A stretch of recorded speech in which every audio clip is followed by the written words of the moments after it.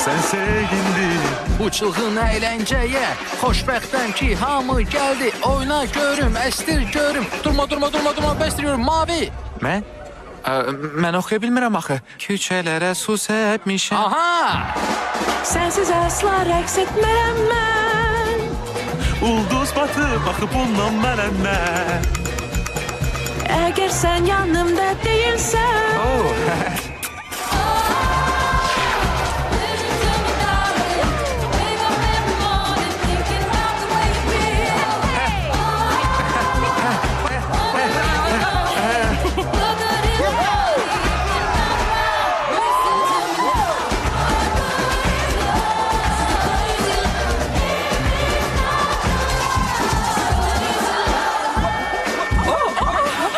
Minnesotalı olsan da pis oynamırsan.